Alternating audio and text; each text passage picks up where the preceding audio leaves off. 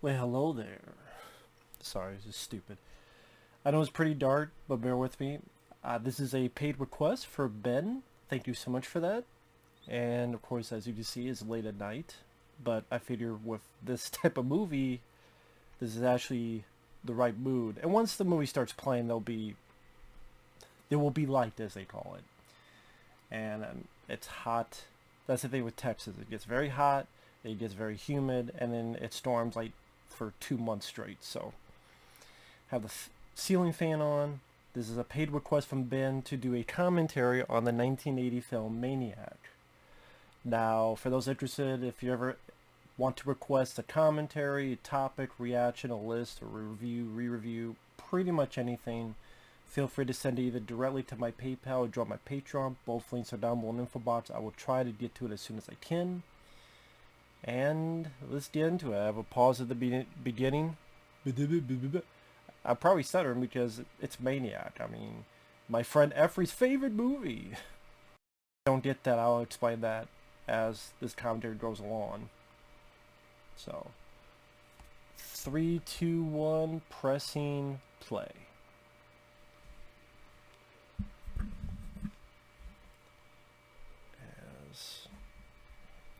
Well, damn, it's not much light anyway.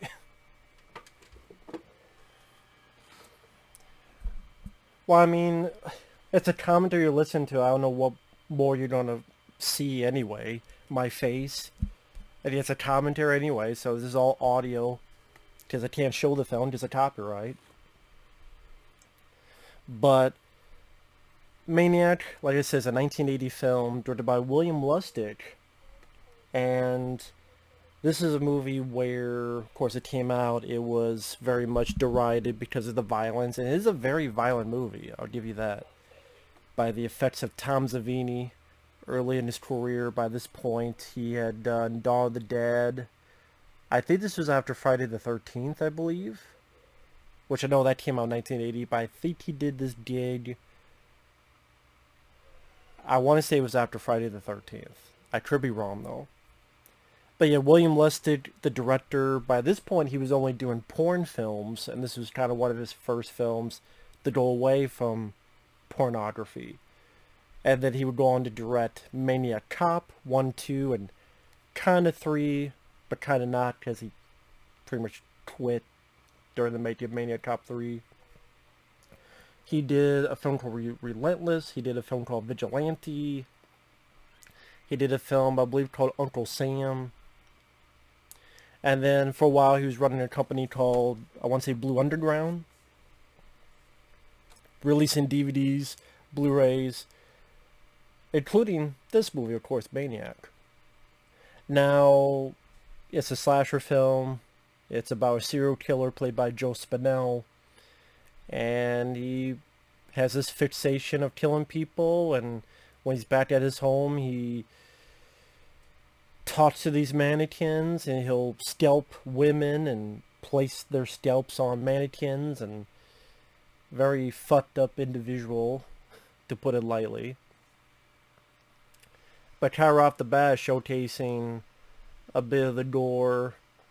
Not a lot from the get-go, which is understandable. But I mean, pretty decent neck appliance there, thanks to Tom Savini. Again, he was doing Friday the 13th. He did The Burning. And throughout the 80s would work on films like Creepshow and Day of the Dead, directed by George Romero. And Friday the 13th, The Final Chapter.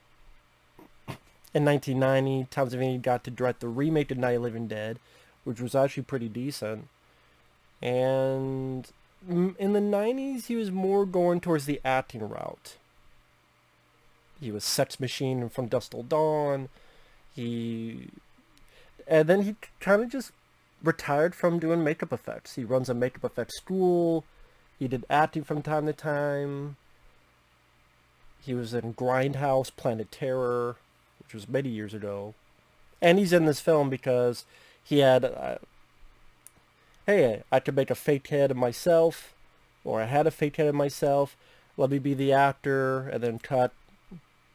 And we'll get to that moment. But this is Joe Spinell, and You see some scars that the character more than likely got when he was a kid. This is one of those films where the mother was very abusive. So it is trying to tell a story, not for us to root for the guy, but to understand a little bit of his psychology. And the reason I do like the film, it's not a fun movie. It's not an enjoyable movie. It's not a fun slasher film. It's, as some people might not say it's a slasher movie, it's a serial killer film. But I do think Joe Spinell, may he rest in peace, gives a very solid performance. The makeup effects are top notch. I think the music by Jay Chataway, who I believe worked on the Missing in Action films, did the music for them. I believe he did the music for Invasion USA with Chuck Norris. And he did the music for the Maniac Cop movies. Good composer, does a very nice job setting the mood. The production of the film, very grindhouse, very that New York. This when New York was a lot sleazier than it is today, a lot dirtier, a lot more dangerous. And because they had such a low budget, they did not have permits. They had to go steal shots everywhere. So it definitely has that dangerous look to it. And it's also a nice time capsule to see how New York looked back in the day. But yeah, Joe Spinell, he really got into the film. He was executive producer. Joe Spinell, you may remember him. He was in the first Rocky and a little bit in Rocky 2. He was the guy in Rocky. Worked with Sylvester Stallone. Worked for him, being sort of an enforcer. That's why Rocky tossed to the one guy, "How about break your thumbs?" But he's kind of working for Joe Spinell, and he's in a little bit of Rocky too, but nothing afterward because him and Stallone were friends, and then they kind of split apart. I don't know the reason for that. I don't know the reason, but it just kind of went away. But he was in a couple of the early Stallone movies, and he was in Vigilante, and but sadly there was a time he was having issues, and he wanted to come back and do a sequel, but it'd be a sequel in name only, Maniac Cop 2. Maniac Cop, no. Maniac 2. Maniac Cop is a different thing. But Maniac 2, where Joe Spinell would play this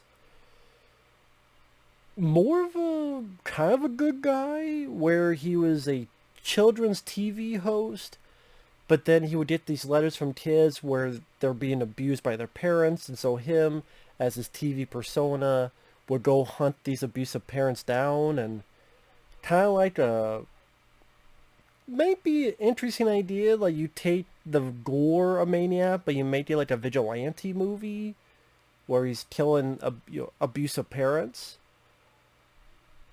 There's a handful of scenes shot, but it looked really, really micro budget. So, but sadly, he passed away. And, but he's a good actor.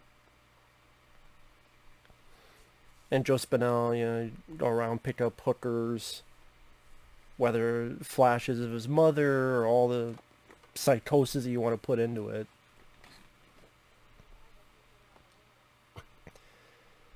But I guess I'll tell us now. I have a friend named Effrey. Been a dear friend for a long, long, long time. And one of my dearest friends. I believe it's still up. It might be up on another channel. Because I do have a second channel. I haven't posted on that channel, Rambo Films, for a while because I honestly forgot the password and such, so it's kind of, but it is what it is. But we have podcasts that's on there. This is from like over 10 years ago. There's Joe Spinell, there's William Lustig, the director, the guy with owns the motel clerk. That is William Lustig, director himself, with the yellow-white shirt and got the beard on. If you want color TV, another $5.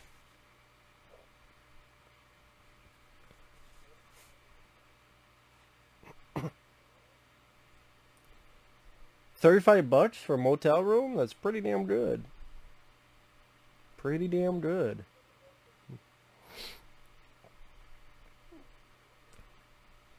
Al, that's his character's name, Al. But yeah, that's director William Lustig. But yeah, we were doing a podcast where we were looking at what are all the slasher films, the history of slasher films.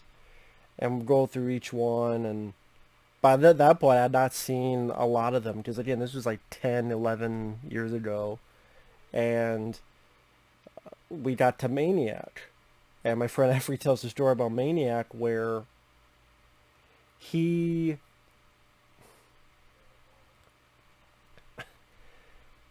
was watching the film. No, I tell a lie. His mom was watching the film. His mom was enjoying the film. Effie had a girl. Brought a girl over to the house. And so, because the mom's watching Maniac, okay, let's watch this movie for a little bit. I don't think Effie knew kind of what the movie was at that point. And I believe it got to the scene where Tom Savini's head got blown up with a shotgun. And I think the mom talked to him, hey, what do you think of that scene? The girl looked at the mom, looked at Effie, got up, walked out without saying a word. And I don't think he ever saw the girl again. Or at least it ruined the date. It ruined the date. So Maniac ruined the date. Maniac caught blocked my friend Effie. So now anytime I think of this movie, I will think of my friend Effie getting caught blocked. Thanks to Joe Spinell. Thanks to William, you caught blocked my friend. So there you go.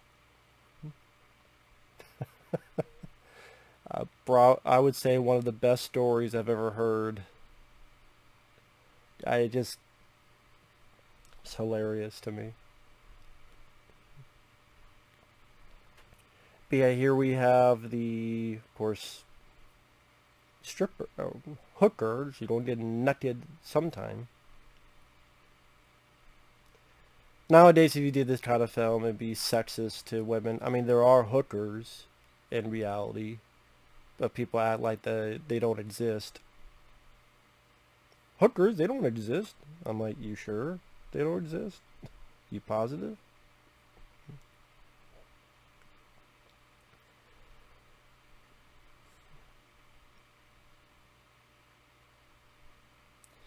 But yeah, this film came out in the year 1980 where you had a slew of films where it had this kind of, it's a horror film, but it's a bit more sleazier, it's a bit more darker, it's just not the fun slasher, if that makes sense. It's not the Friday the 13th. And then when Friday the 13th came out was such a massive hit, then the studio said, okay, make this many of this type of stuff as well. And another studio goes, can we have that kind of movie? And so I would say throughout the 80s you saw less films like this. There was a film called Don't Answer the Phone. There was a film called Don't Go in the House, which was 79, but some places say 80. Because I remember the director himself said of that film he went to a theater Friday the 13th. It was playing around the same time, and people were having a big reaction. Oh, wow, laughing, cheering. But then he went to a screening of his film, Don't Go in the House, and people were just silent. Because it's much more serious and much more,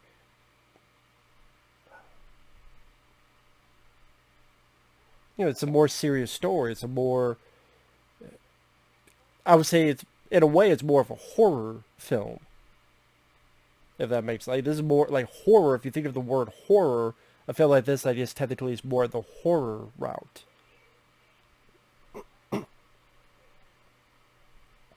And then you not watch this because it's fun.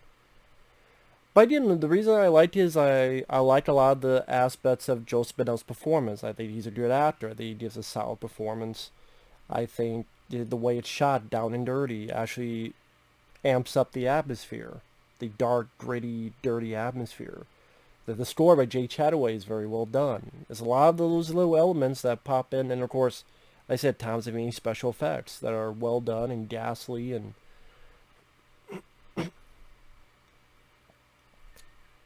nowadays you'd be like CGI or something else today.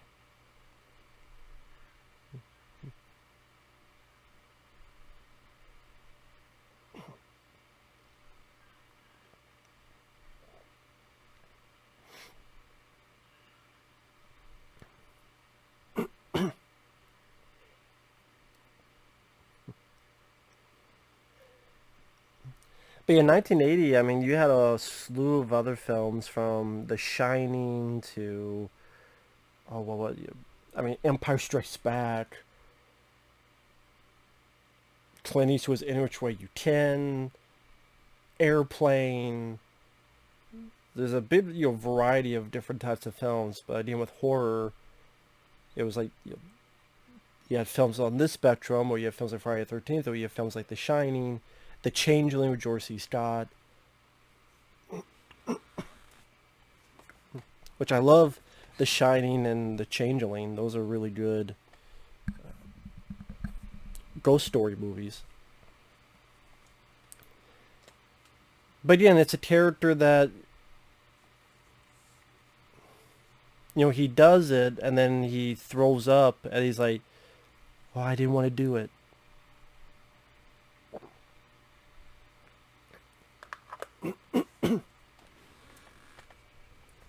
And this is a tough performance to do, because if you're playing this big guy that kills people and then kind of whines of, oh, mommy, I didn't want to do it, it could be construed as irritating, annoying. But I think Joe Spinell pulls it off fairly well. The title fits. Like, you believe this character is a maniac. There's not just by what he does, but his behavior and his psychosis. And here we had a little bit of Tom Savini effects, but I would say this is the first big Tom Savini effect.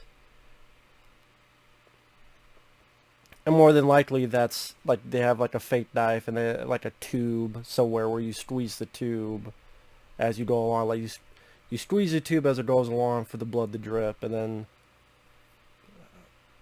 here we go, slipping this off, and I think it's just how slow it happens. And it's like, ew. It's very good makeup. You're like, ew.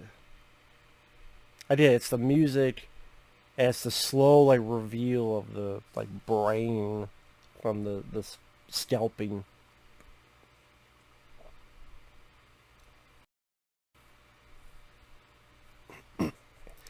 And no, this is not usually the type of movie I seek out to watch, but if it's done well, it's done well. Like Henry Porter's Serial Killer with Michael Rooker, I think is done well. The remake of Maniac by Elijah Wood. I remember when that was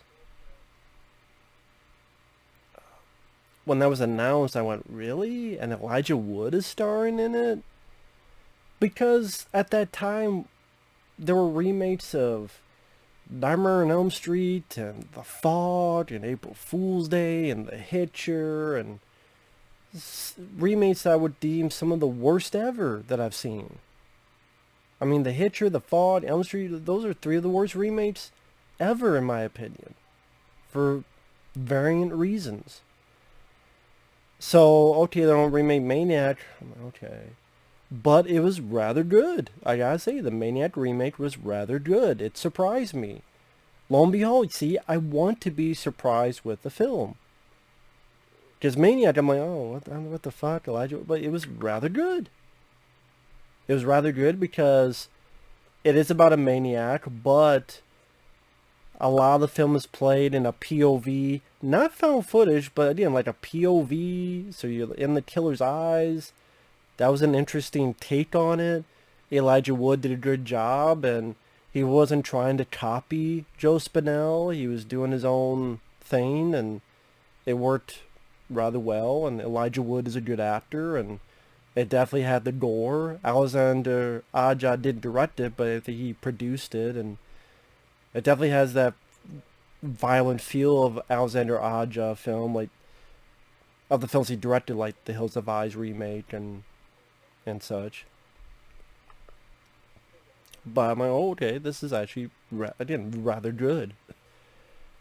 But Elijah Wood puts a lot of times picked some interesting projects like Maniac. I like Cooties with two O's, the one where the teachers fight these zombie kids or infected kids. Not the I'm not saying Cuties, the one from Netflix. Cooties, Coot. That's a different movie.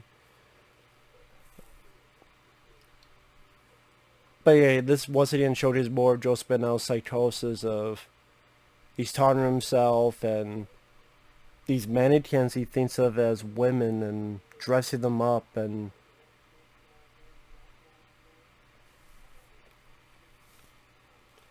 I don't know if it's like him projecting of his mom was a piece of shit, so in a way he wants to make these women good, something that his mom never was. That his abusive mother led him to hating women in general. That if women are like you and women treat people so poorly like me, maybe there's a way for me to teach them or a way to.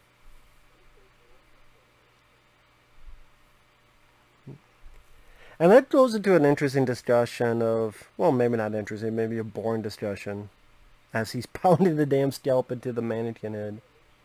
I did Joe Spinell, the dialogue he's giving now. He's crazy. You believe he's crazy, and he's believing what he's saying. This character.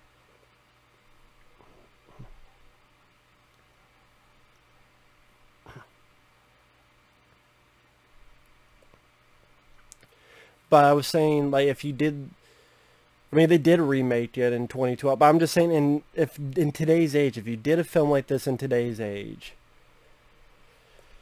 there's this possibility that people, even me, would go, oh my God, yes, white men are bad, white men are evil, and they're going after the women. And people, that's an understandable notion. Because there's a lot of times we look at a movie and we go, oh my God, that's what they're saying. When there's that part who goes, okay, are they just trying to make a movie? Are they just trying, like this? Like, if you took this same film and it was released in 2021, people like myself could go into that direction.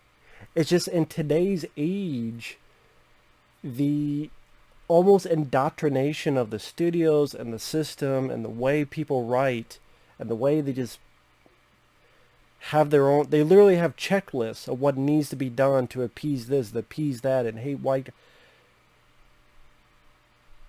Back in the day, subconsciously almost, that they're just telling a story. Whether you like or dislike the story, they're telling a story. This is what the story is. Doesn't matter color, creed, race, whatever. Or whatever what they do, like the time to kill, they're telling a story. And nowadays, it's not about telling stories. You can tell by all the little things that add up that if you try to explain it all, it takes like an hour. And people are like, I don't want to hear an hour of this shit. But, it's more about agenda. And because so many people fucking put that so in there, as well as social media, they brag about it. Look what we're doing for. It's like, you know what, man? If you tell a story, you tell a story. Doesn't mean I have to like it. But all this other little bullshit you put in, and with all the climate that we have, the climate society, it just, it's a different ball game, Sally. It's a different ball game. It truly is.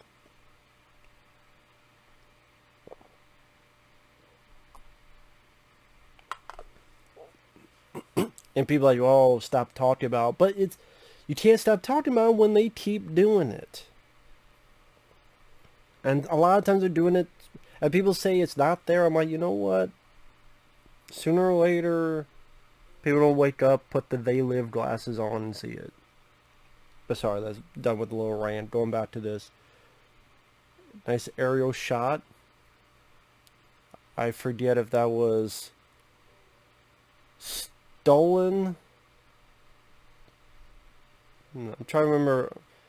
Because this does have a commentary, pretty good commentary, with William Lustig, Tom Savini, a guy who knew Joe Spinell, and I forget who else. Maybe Che Chataway, the composer. I can't remember who else, but again, it's a pretty interesting commentary.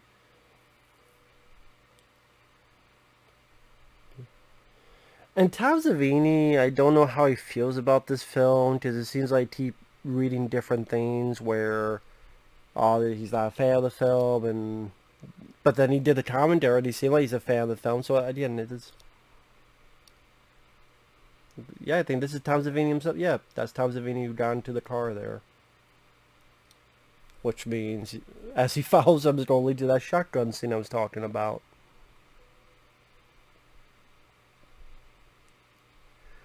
I guess in a way you just say this doesn't have as much of a story until it gets to the Caroline Munro bits. I mean, at this point, it's pretty much showcasing the psychology of this guy, his rampage.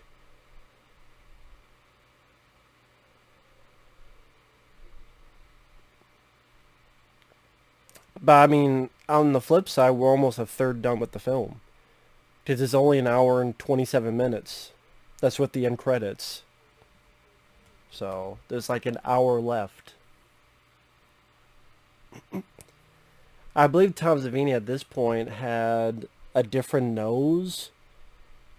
And later on, I think he got surgery. So his if you see him today, his nose looks a bit different. I believe that's the case. I could be wrong. Maybe he had already died. I don't know.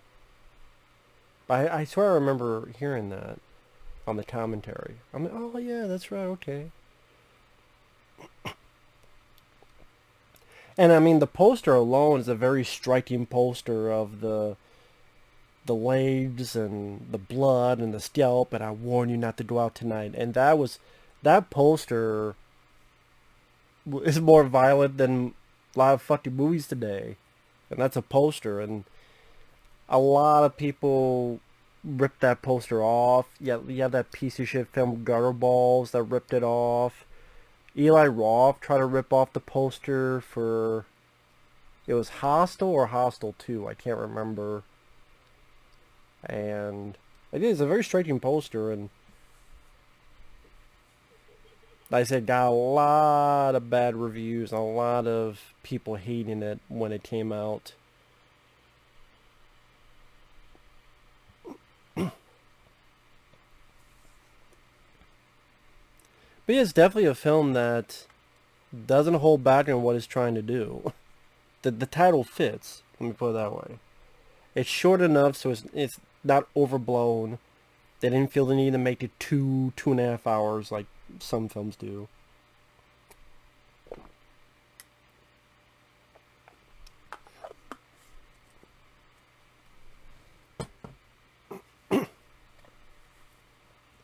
As we have this little sex scene here.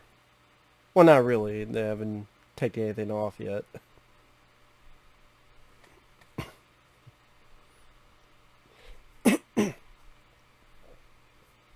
Sorry about that. Clearing up my throat. I know how exciting commentary, right? You cleared your throat, great. Coochie coochie in the spoochy. Peeping Tom. Nom nom nom nom nom nom nom nom.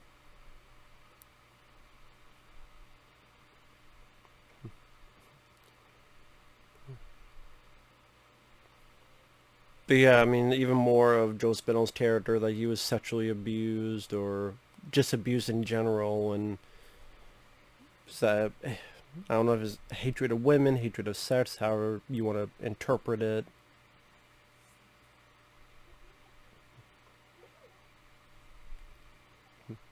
I see something. You mean someone?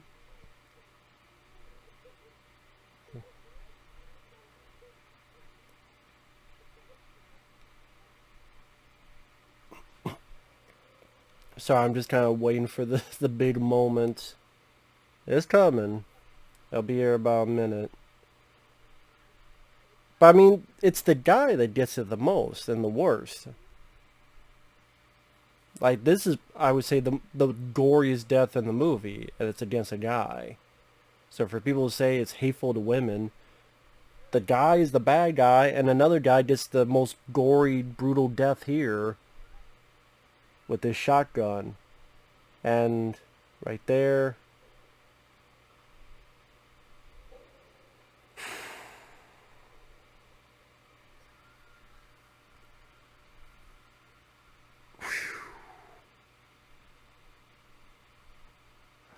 God damn. That's still hard to watch.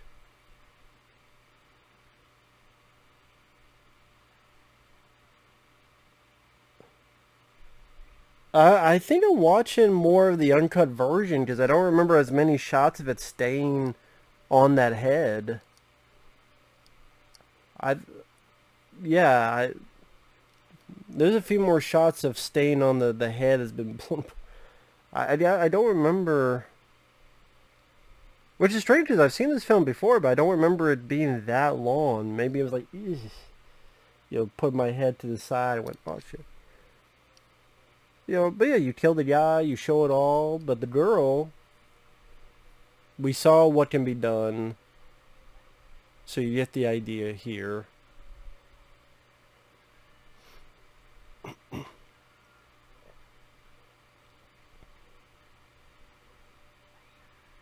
So all we need is just the shotgun, boom, and we get the idea.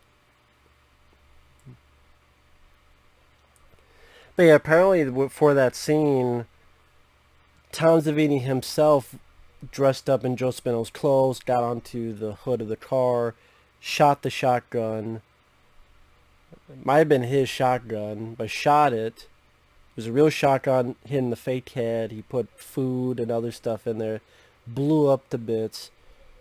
Then they put the shotgun in the trunk of the car and then had to get the fuck out of there because you're shooting a real gun. Someone may hear it, cops will come, so they'd get the hell out of there as soon as possible.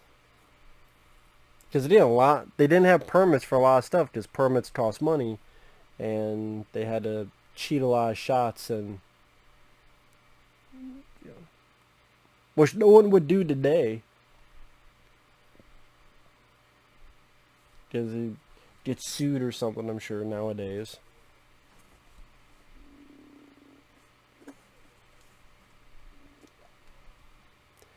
And I think, I'm not sure if this is the movie, but I remember William Lustig told a story about how he had the film and he sent it to the MPAA and he got, X rating, like, it'd be an X rating at the time. And like, you gotta do this, okay. Might have been a different movie, but then changed stuff. But then when it's released in theaters, he said, no, put the stuff back in. We got the rating. So just put the shit back in. And then that really pissed off the MPAA.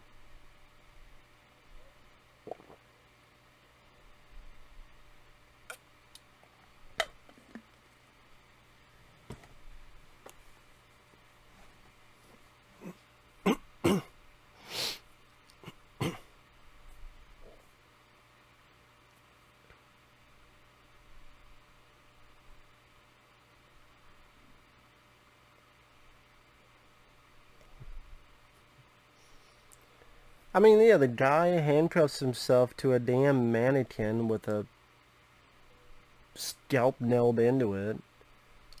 And, going to sleep with that. Giving a performance that he's breaking down as if he's trying to win an Oscar. And nowadays, again, when I say nowadays, I know they remade the film. They say it's a good film, but nowadays they probably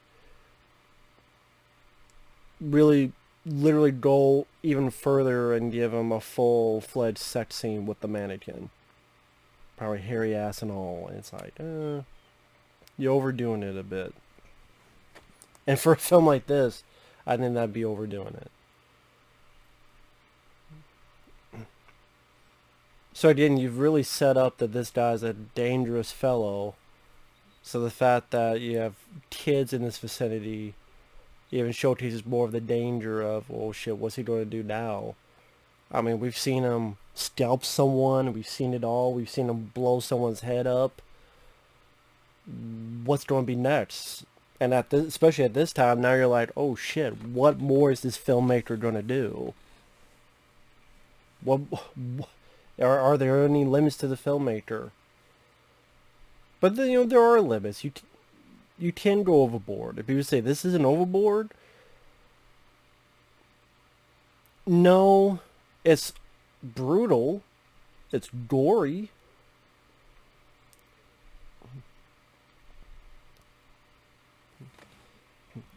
But I would say films that go overboard and I hate are a Serbian film, Martyrs, like those two pop up, Gutter Balls, like those are the three that pop up. A Serbian film, Gutter Balls, and Martyrs. I fucking hate. I despise them. I think those are more shock value, and it's lame shock value, and I don't care for their stories. I don't think there's much of a story. Like here, you can say there's not much of a story, but Joe Spinell, his performance, seeing his different psychosis, and then he almost seems like could fall in love with this girl, Carolyn Monroe. Well, no, we're not there yet. I don't think we're there yet. No, because this is when he sees the dresses go break into her apartment. I think come up is the subway, or I can't remember. It's been a while since I've seen this. Even though that's a pretty decent shot showing, his reflective face. The mannequins is future women, maybe. Perhaps his future gals. The ones he feels safe with, because there's no way they can abuse and... Well, technically, yeah, there's no way for them to abuse and chastise and hurt him.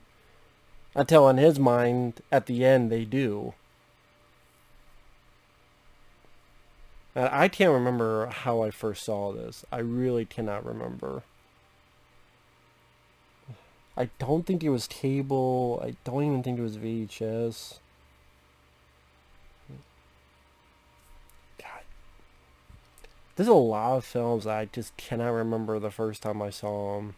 My memory's not great with that stuff.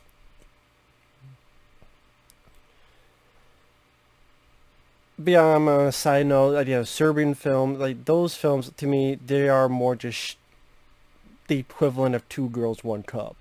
I really do believe that. Like a Serbian film, what's the story? A guy's a porn actor. He's not an actor anymore. Wants to be a porn actor again. And then it's just, you fuck this girl, now you fuck this girl and hit her, now you fuck this girl and cut her head off, now you fuck this person with a hoodie on. Oh, now you're fucking your kid and your kid's bleeding out of his asshole. Now this other guy's doing newborn baby porn. Now they're after and going to kill you all. Now we killed you all, or you killed yourself. I think that's what they kill themselves. And then they're like, hey, we're going to film some necrophilia porn. That's really the movie, a Serbian film. That's it. And then they want to have, this is talk about the culture of our state of affairs in our country and our politics. Get the fuck out of here. Get the fuck out of here, man. Fuck off.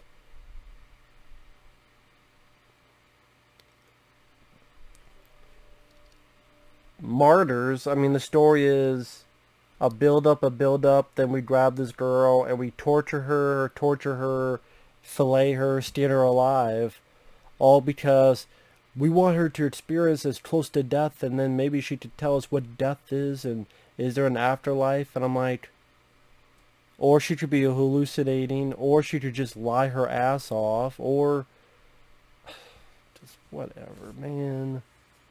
Lame ass story. Barely a story.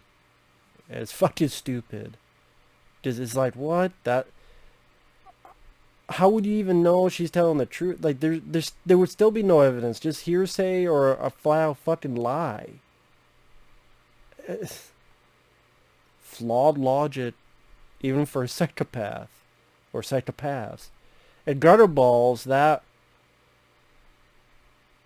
a ridiculous killer, because it takes place in a bowling alley, where the killer's, like, mask is like a fucking... like bowling bag, and he tries to kill people with bowling pins, but it also wants to be, it kind of wants to be a film like this, honestly, considering it ripped out the poster. It wants to be like this, where it's dangerous and it's sleazy, only it wasn't as well made. And then it's like, hey, we don't kill this guy who may have been gay, I can't remember. But then we're going to take his pants off, and then we're going to cut his pee-pee like a hot dog bun. And like open it up like a hot dog bun, his pee-pee. I might, or this girl gets raped with a fucking bowling pin. I'm like, what the fuck is this? And the acting wasn't good, and just... like this, it's graphic, but... man, you know, at the time it's great, but it's like, okay, he's killing people. As graphic, you know, stabbing, scalping, shotgun. And that's as far as it goes, because that's all you need. It's already graphic enough. And again, it, like, where they shot it, for real, on location, stealing shots, getting that atmosphere. The acting is fairly good, especially by Joe Spinell. The score works like a glove. Like this whole subway sequence, there is a bit of suspense of, okay, this girl didn't get away. Can she hide? Is she able to hide? If he finds her, what's he going to do with her? What's he going to do with this gal?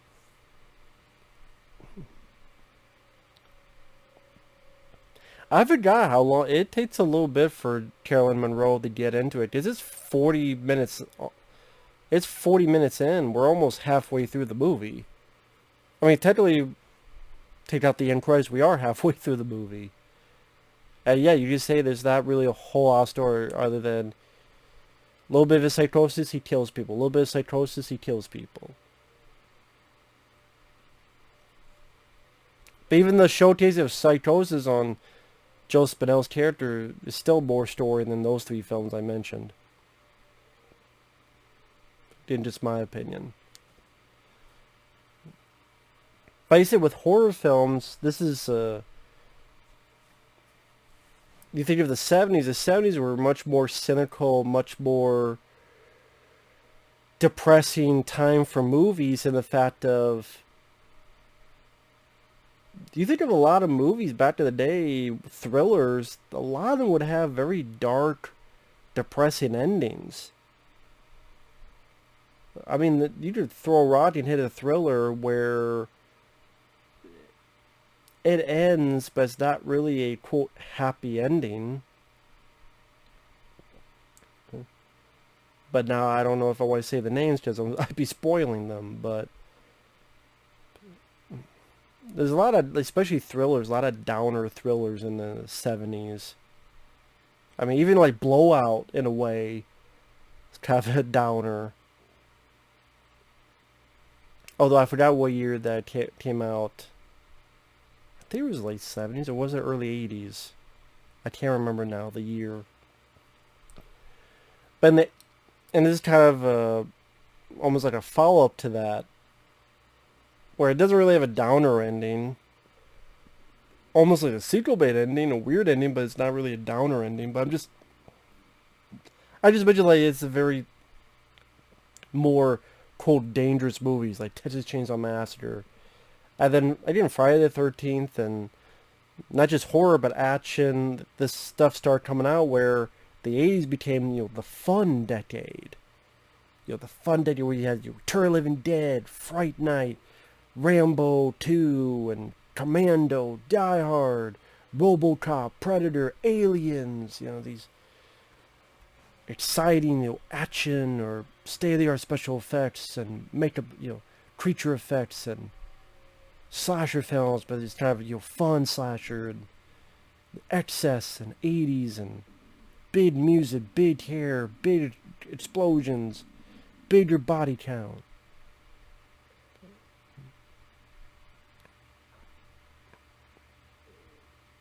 Again, one of the best decades for movies, in my opinion, was the 80s. As well as I love the 90s, especially the early 90s.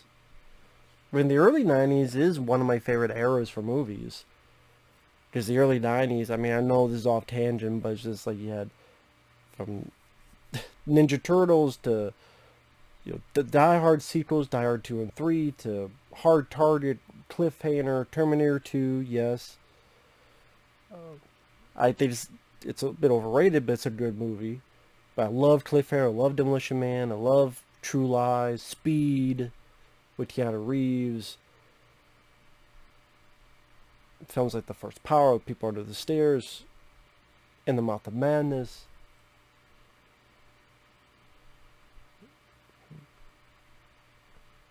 Again, never understood the hate for 90s stuff. Even later 90s, Twister, Independence Day, Volcano, Deep Rising, The First Matrix, I like all those movies. From Dusk Till Dawn. So to me, the 90s is a great decade too. And I always say it's a bit underrated since people kind of slag it off.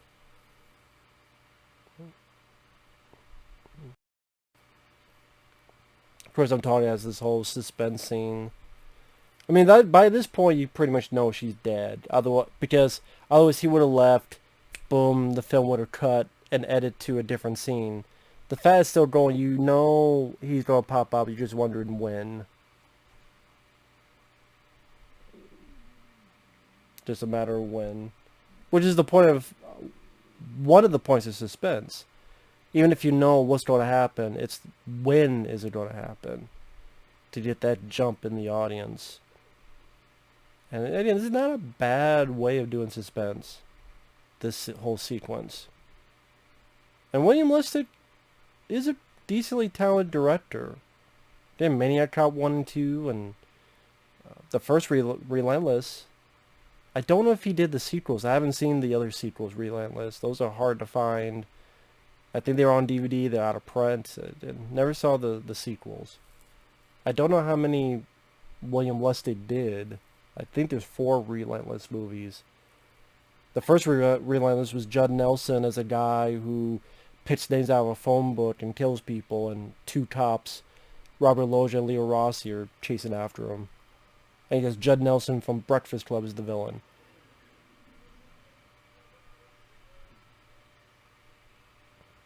Yeah, I'm stabbing her in decent makeup effect.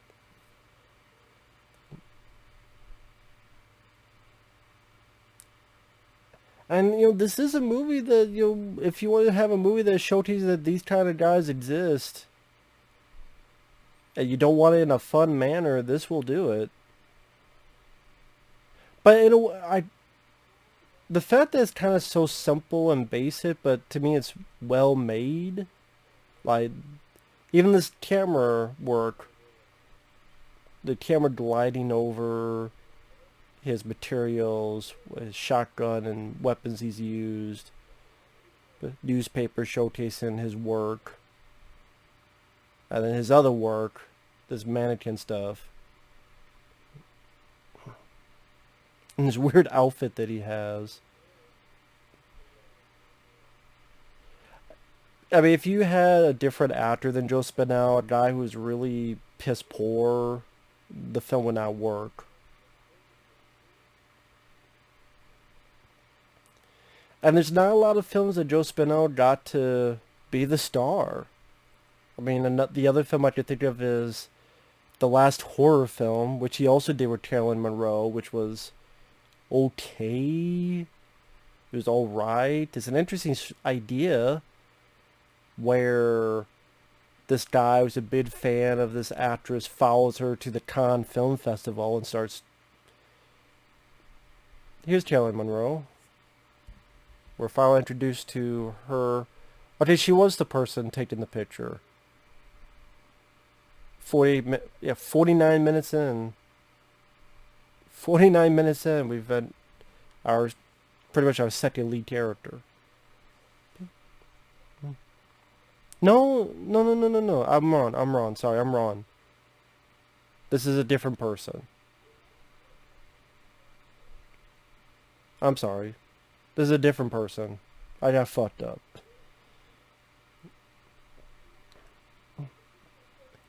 Oh no, wait, I get confused with the lady that gets. No, it is her. It is Taylor Monroe. Okay. I was getting confused with the girl that he comes back and busts in her room. Yeah, this is Taylor Monroe. Okay. Sorry. I'm losing it. I'm losing it. Very beautiful lady, Carolyn Monroe, and yeah, these two worked together in the last horror. Last horror film was an interesting idea, and they would steal shots of the Cannes Film Festival, so you had a bit of a made the film seem a bit bigger than its budget. It's just the story kind of fell apart, especially the third act, as to what even story you're telling by the point of the third act. Almost felt like they were making it up by the end.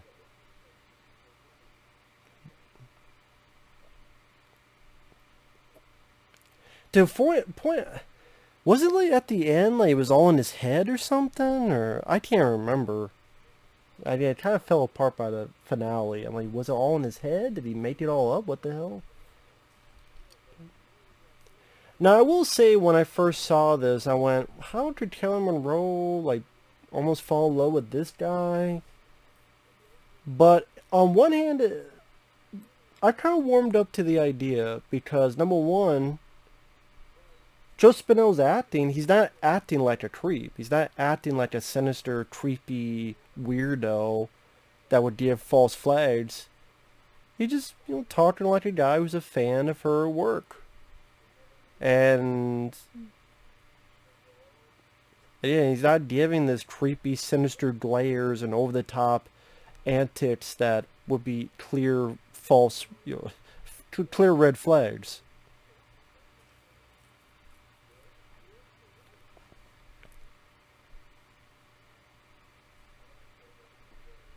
I think he's being like understanding and he's being nice and he's laughing, he's smirking, he's like I said, like he's being nice, he's smiling, talking her up.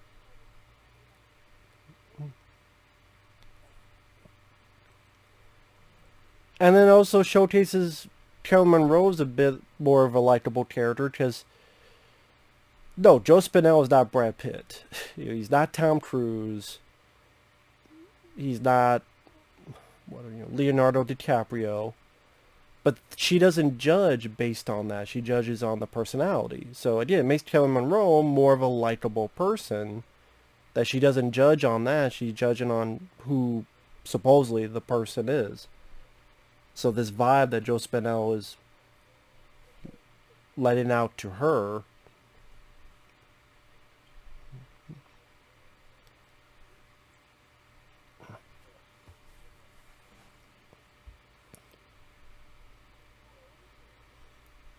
I will say though,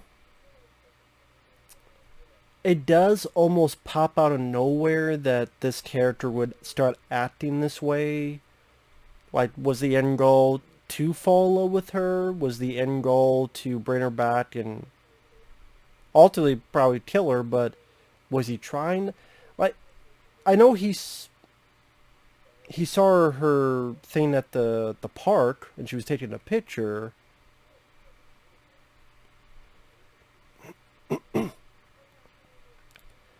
But maybe like I don't know, maybe if he was watching her a bit, stalking her a bit, watching where she went, where she worked, studying her a bit, maybe taking pictures of her of his own and looking at pictures of her, like maybe like a little bit of build up to him doing this.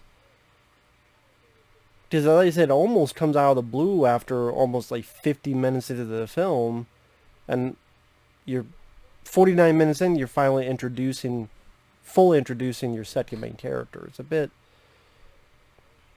I think it throws someone off. And maybe that's, in truth, what initially threw me off about this whole relationship thing.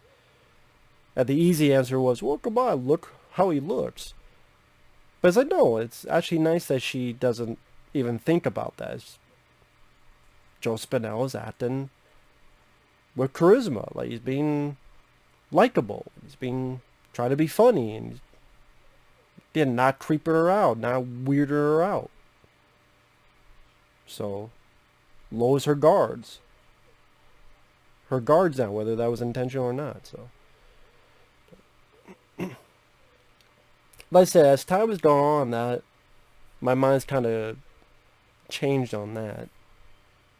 And that's the thing with movies. You could watch a movie back in the day that you hated, and you watch it now, and the way people change. Huh? Okay, interesting. And from time to time, that's happened with me. A film that I hated back in the day, I'm like, you know what, this is actually pretty good. Or I used to like back in the day, you know what, this is actually not as good as I remember. That happens with everybody. Everybody has those movies that has happened to.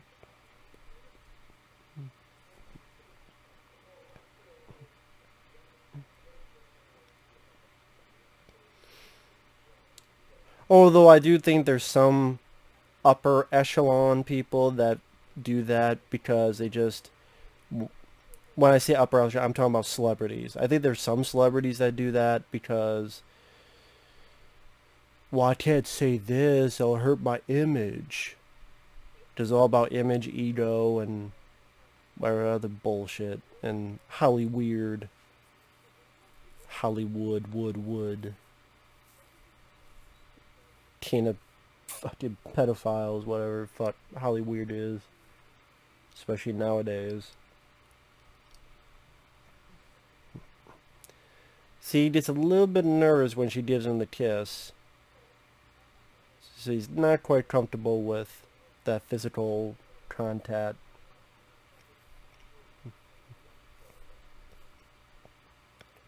And yeah, I mean, it's a short film, and this goes pretty quick. I mean, we're 56 minutes in. So we're almost like 2/3 of the way done. I mean, yeah, technically now there's 30 minutes left of the movie. 30 minutes left. That's with the end credits.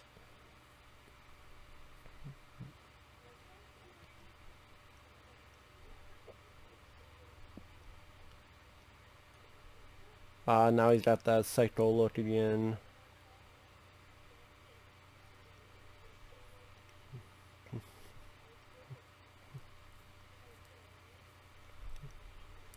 But yeah, that Maniac 2 that Joe Spinell wanted to do, if he had a bigger budget at the time, and if he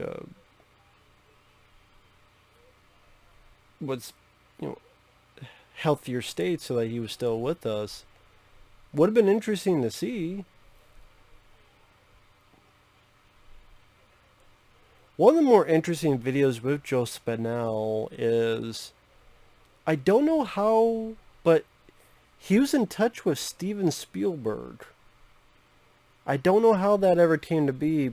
There's a video of, during the Oscars for Jaws, I forgot what, like they're announcing who's going to be nominated. And I believe like Jaws was nominated for Best Picture among others, but Steven Spielberg was not nominated for Best Director.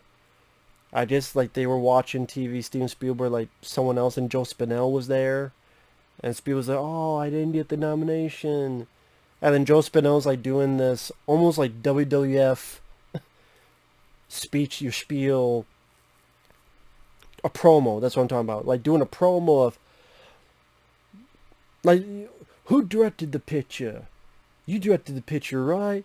You know, how do you have a best picture, but who did it? It was the director, right? So you have Phil's best picture, but you don't have, you know, the best director. I think at one point he was going to have Joe Spinell as one of the two guys. If you remember Jaws, the scene where there's these two guys fishing at night or try to catch something at night, and it kind of pulls the pier apart and the two guys fall. Guy falls in, one swims to the other to get to it.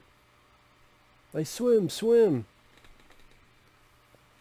I believe that was supposed to be them, but I don't know why it didn't work out. But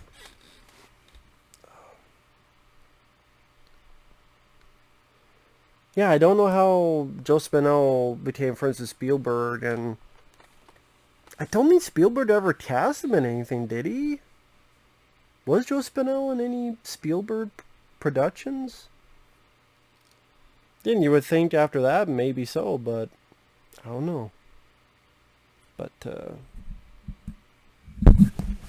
as my microphone falls because it won't stay still, sorry about that. Stupid thing. Yeah, this is the girl that he'll break in and kill her.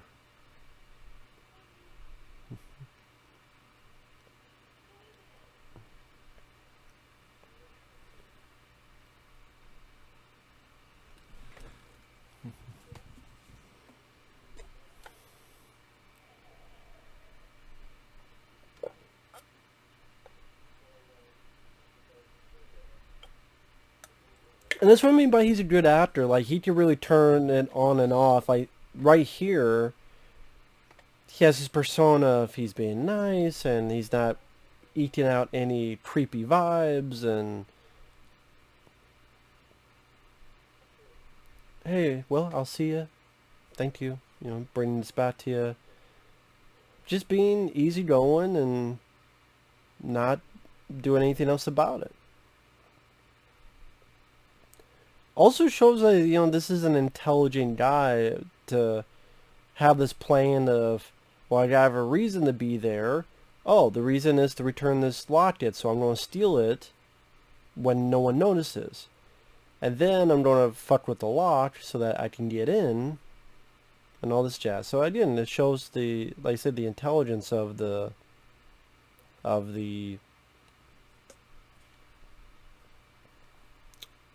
title character, so to speak.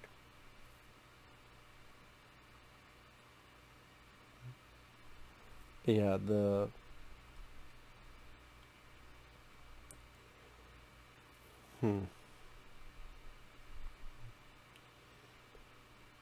forgot what the hell was going on about before that.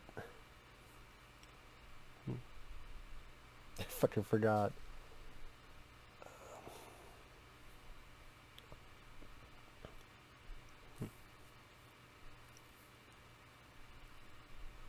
Back in the day when a lady would take a bath on camera.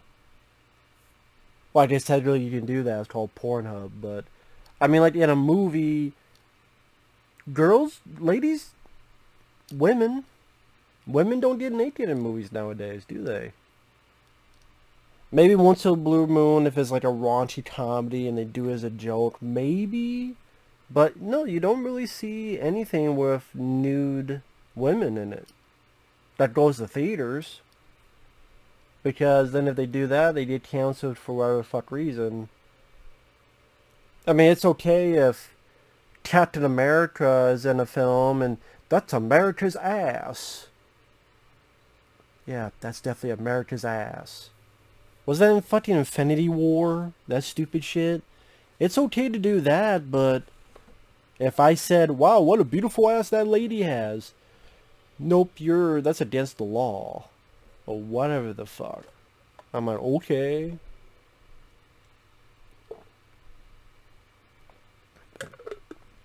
That makes a lot of fucking sense. Double standards.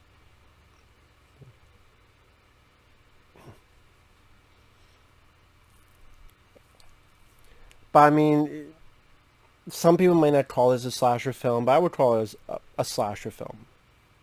Again, not the fun one like Friday the 13th, but it's a slasher film. And when Friday the 13th was a huge hit, I said there's a multitude from 80 to 84, especially My Bloody Valentine, The Burning, The Prowler, The Final Terror, I mean, Silent Stream, I think like Graduation Day, Terror Train, New Year's Evil, Prom Night, list goes on and on.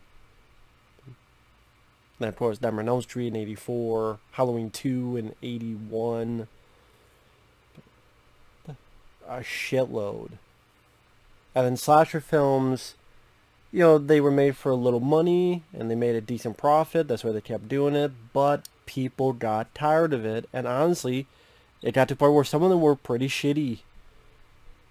As it kept going, they paid less attention to what made them work, whether it be diluting the superficial of the kills, diluting the gore, or the other, like, not caring about the music, not caring about,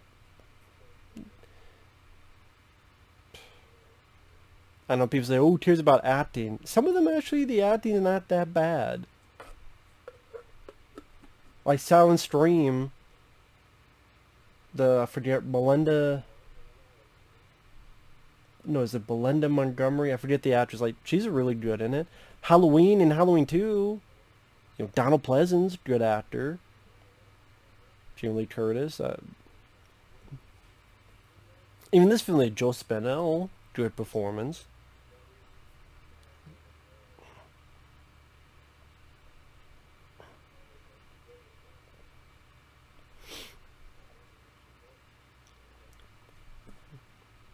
And then he really...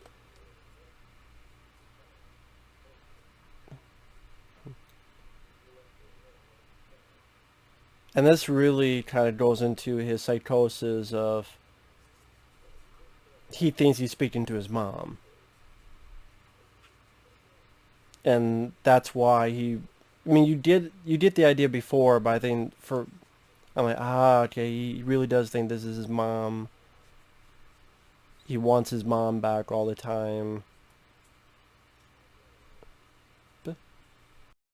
And, you know, his mom might have sexually abused him as well as other stuff. Physically abused him.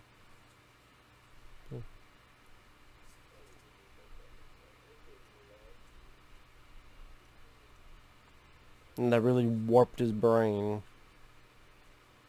So she had a lot of other men. I'm talking about the mom. She had a lot of other men.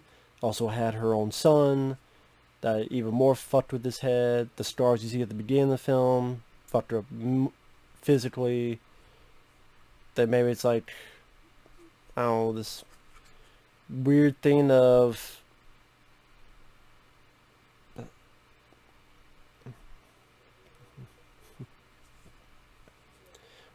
I mean, that's another you have to think of.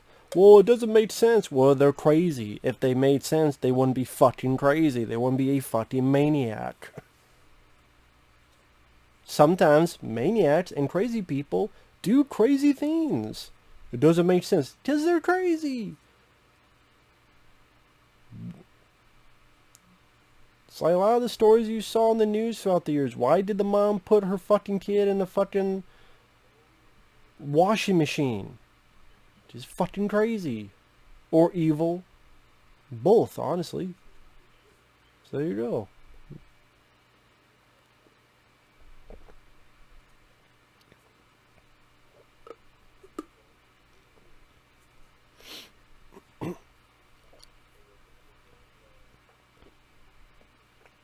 By the way, yeah, I was talking about the slasher films. You know, as it went on, there's so much out there every single week, and people got tired of it. Just like nowadays, you know, people are, I have talked to a lot of people that say they're tired of superhero comic book movies, and they may make money at the box office, but they're tired of it. There's a good chunk out there. When you put so much of something out there, people,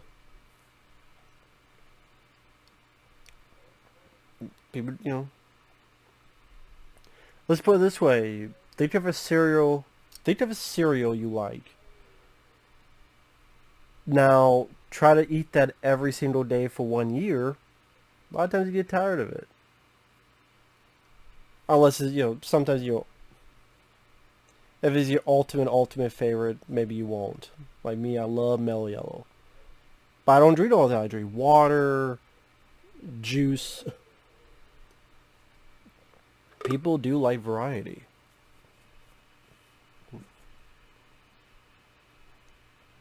That's one of that's an interesting shot to have a POV where you see the blood cascade down as we're looking at Joe Spinell's crazy eyes. Crazy batshit eyes. But yeah, then the slasher films started kind of dying out when you got to the late 80s, where either the MPA cut down more and more, so people didn't get that. Films were not becoming hits. And there were some great, like April Fool's Day, 1986, April Fool's Day, I think is a damn good film. Damn good film. But, didn't do well. Or at least, maybe it made a little bit of money, but, the bad word of mouth at the time, I don't know. That's still a film I wish had a better Blu-ray. That is probably the most disappointing Stream Factory release. I still have not picked up to this day, and I love April Fool's Day because I'm like, that cover sucks, and the features fucking suck. Not worth $25-$30, sorry. So I got like a bootleg from someone who knows what he's doing. So I get the same picture quality, a better cover, and I'm sorry, going back to this. So he puts his cigarette on the mannequin, much like what happened to him back in the day. Again, certain weird things, like he's wearing this hat with like wings on it, and he has this like toy gun. Just pew pew. Almost like him regressing to a kid. To how he was as a kid, to what happened to him when he was a kid, to his... That changes obviously fucked him up for life.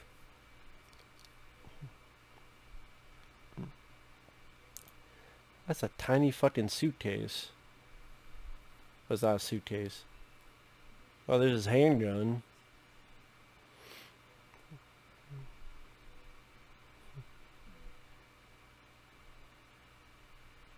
Oh no, it's not a handgun, it's a BB gun.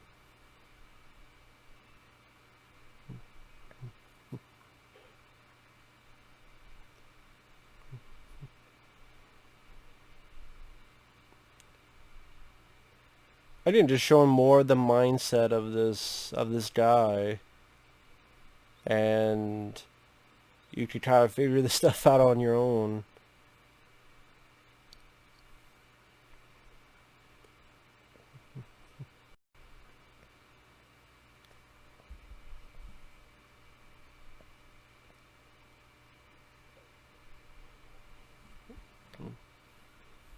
Yeah, this film goes by decently fast. There's only like 15 minutes of the film left. Damn. Like literally, there's only like 15 fucking... Yeah, 15 minutes. Because I know you have the end credits, which is like a minute or two. Maybe like 2 minutes, give or take. And then you have the meeting, you have the chase in the cemetery, you have him getting back, you have his... You know it's New York because there's the Twin Towers. I remember when, after that happened, there was this fucking notion, we're going to go back through all the films and, wipe out the Twin Towers. I'm like, that's stupid. You're you no, that's a moment in time that should be remembered. You don't want them remembered on film forever? That's how you're gonna honor the Twin Towers? You don't honor the Twin Towers by wiping them out so that there's no remember. Dude, people just... Thankfully that didn't happen. But just stupid, fucking dumbass thinking. And sadly, this is highly weird that does it today. Does it today. To this day, it's stupidity. More things change, the more they stay the same.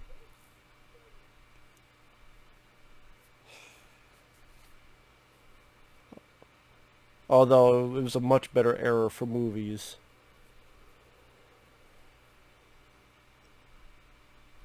I mean, once in a blue moon, there's a decent film. I can only speak for myself. But, fuck.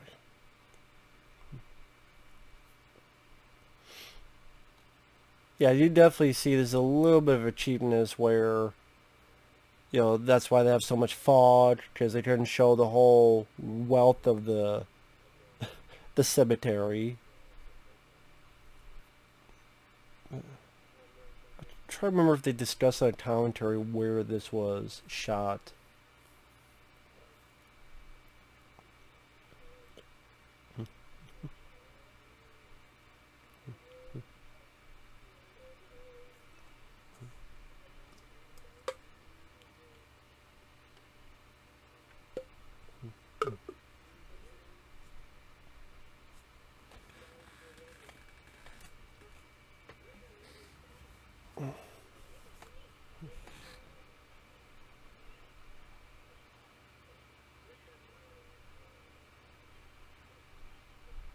Well, I mean, yeah, they must have shot in a real... They wouldn't have the budget for that, so they probably did shoot a real cemetery or so. Maybe they did put the fog in just for ambiance. Now there's no fog there. There's a little bit of fog.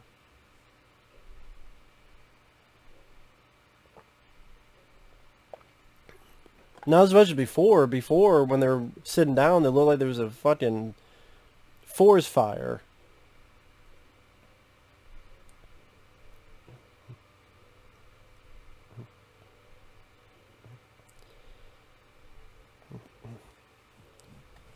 But, I mean, it's not that bad. There's movies that are 100 times worse. It gives still a decent atmosphere. The smoke, the fog, instead of just a static shot. Yeah, I actually like it more. I see it. It works for the scene. Oh, she wounds him. But remember, there's no strong females. That's what we've been told. There's never been strong females in the 80s and 90s. That's why almost every slasher film has a strong female that defeated the villain. At least most of them did.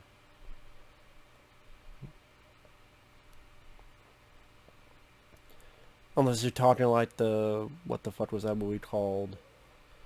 Pranks, the Dorm That Drip Blood.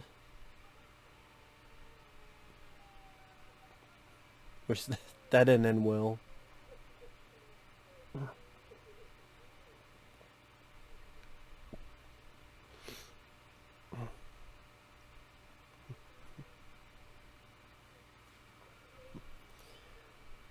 And the man's losing it. As you know, the man's definitely losing it. Well, he lost it by frame one. What am I talking about? Now he's hearing the voices.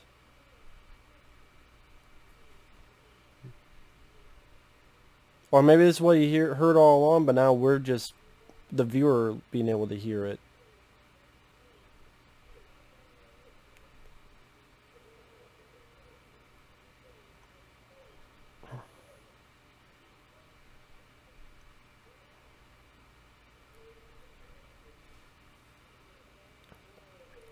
So I'm trying to think of I mean, the DVD, and if you get the Blu-ray, there's a lot of features on this.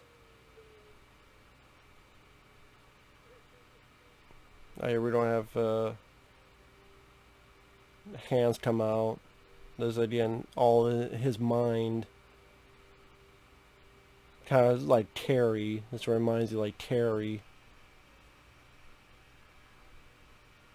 And the whole, dead mother thing, there's a little bit of, psycho Norman Bates to that. Which then goes back to Ed Gein. Ed Gein was the inspiration for Psycho, Alfred Hitchcock's film.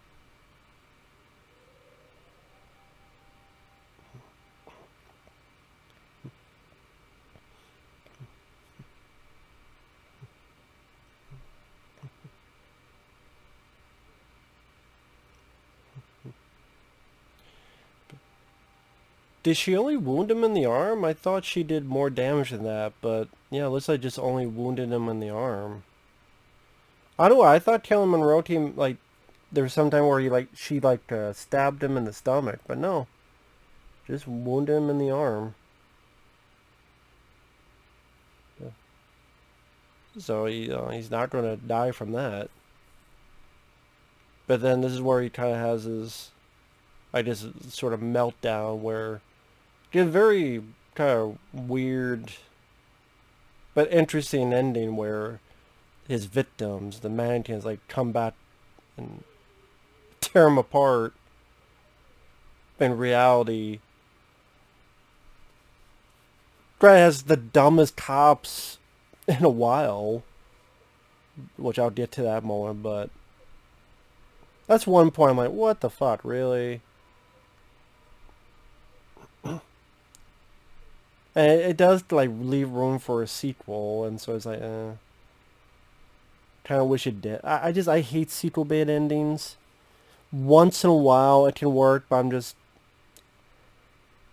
like mysterious, like John Carver's The Thing. There's a mysterious ending, but here there's a lot of times I'm like, just end the fucking story. You could always, if you do get a sequel, you could always do something fucking else. Just end the fucking story. And if you make a sequel, there's, I'm sure, 100 things you could do to, you show the ending of the first one, and but this is what happened right after, or something like that.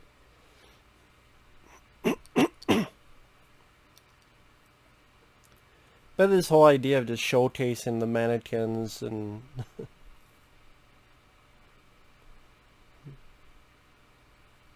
that represent each scalp that he nailed to them.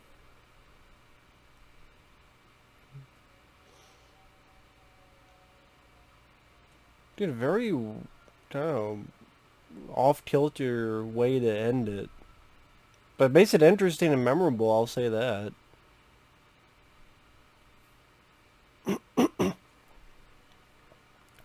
I mean, reality, it doesn't really do anything to him. He just has like a crazy nightmare.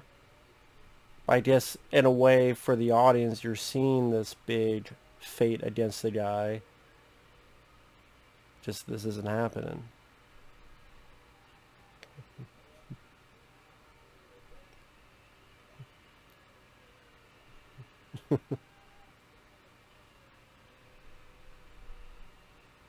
That might have been the Friday the 13th, that headless, that might be, like, what was supposed to be Betsy Palmer's body. And Townsend put it in there. Because it almost looks like the sweater Betsy Palmer had. Boom, gets his head torn off right about now. Yeah, pretty crazy gore effects. Again, the two goriest moments is with the guys. The head explosion and this right here. Yeah, it's in a weird way that you get to see his comeuppance, even though he doesn't die. So it's trying to have just the best of both worlds in a weird way.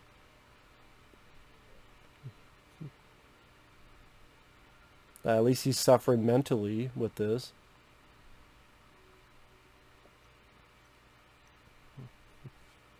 And again, some really stellar effects by Tom Savini.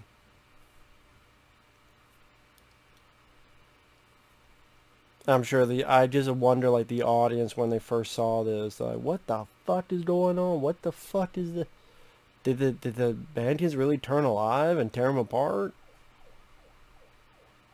And these cops are the worst cops ever, because here's this guy that tried to murder someone. We've gone to their place. We enter his fucking room. We don't check his pulse. We don't have anyone stay there to wait for the meat wagon, as they call it. Wait for the... they just fucking leave. And then Joe Spinell's eyes wake up, open. He probably walks out. These two cops would be fired. Wait a minute, you had this guy who's a fucking killer, and you both left the scene of the crime and then checked his pulse to see if he was fucking dead? See, now he has a wound in his stomach. Okay, that's why I was confused. So I guess in a way he, in his nightmare, he accidentally stabbed himself in the stomach. That's what it was, okay.